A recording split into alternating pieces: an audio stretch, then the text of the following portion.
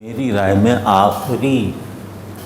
مکمل معنی میں بڑا فلسفی ہیگل ہے، آخری، اور تمام فلسفیانہ مطالبات پورے نہ کروائے جائیں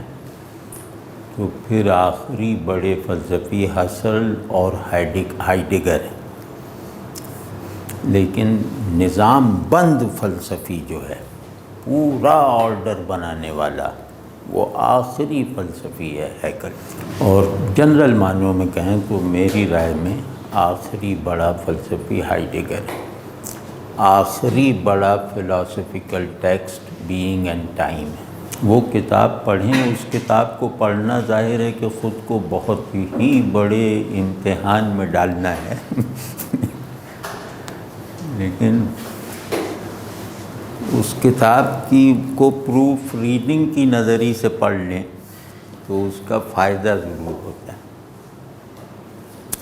کیونکہ جو بلندی کی جو کشش ہوتی ہے نا، وہ سمجھے جانے کی پابند نہیں ہوتی، وہ نہیں، اس کی تاثیر کا ایک نظام ہوتا ہے، تو وہ کچھ نہ کچھ فائدہ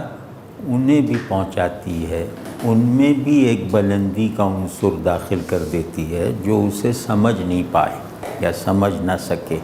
تو سمجھ تو انسان کی شخصیت کی تکمیل میں